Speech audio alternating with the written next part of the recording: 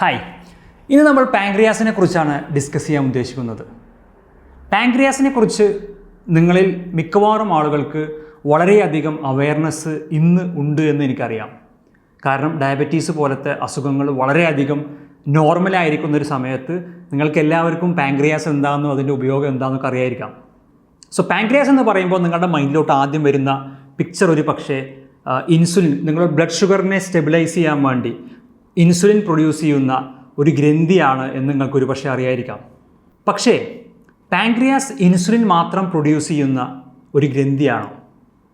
അല്ല എന്നതാണ് സത്യം. കാരണം പാൻക്രിയാസിന് ഇൻസുലിനെ പോലെ വേറെ ഒരുപാട് ഹോർമോണുകളെയും എൻസൈമുകളെയും പ്രൊഡ്യൂസ് ചെയ്യാനുള്ള റെസ്പോൺസിബിലിറ്റിയും ഡ്യൂട്ടിയും ഉണ്ട് എന്നുള്ളതാണ്. അമിലേസ് കാർബോഹൈഡ്രേറ്റിനെ ബ്രേക്ക് ഡൗൺ ചെയ്യാൻ സഹായിക്കുന്നു. ലിപ്പേസ് ഫാറ്റിനെ ബ്രേക്ക് ഡൗൺ ചെയ്യാൻ സഹായിക്കുന്നു. പ്രോട്ടേസ് പ്രോട്ടീനെ ബ്രേക്ക് ഡൗൺ ചെയ്യാൻ സഹായിക്കുന്നു.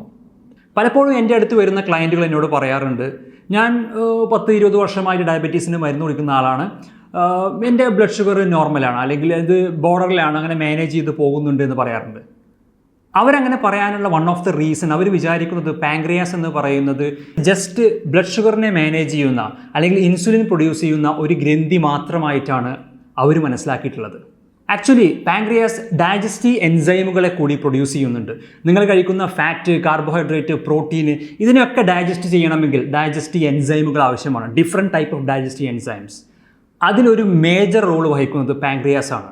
സോ നിങ്ങൾക്കൊരു സ്ലഗ്ഗിഷ് ആയിട്ടുള്ള പാൻക്രിയാസ് ഉണ്ടെങ്കിൽ നിങ്ങൾക്കൊരു സ്ലഗ്ഗിഷ് ആയിട്ടുള്ള ഡൈജഷൻ സിസ്റ്റം ഉണ്ടാകും.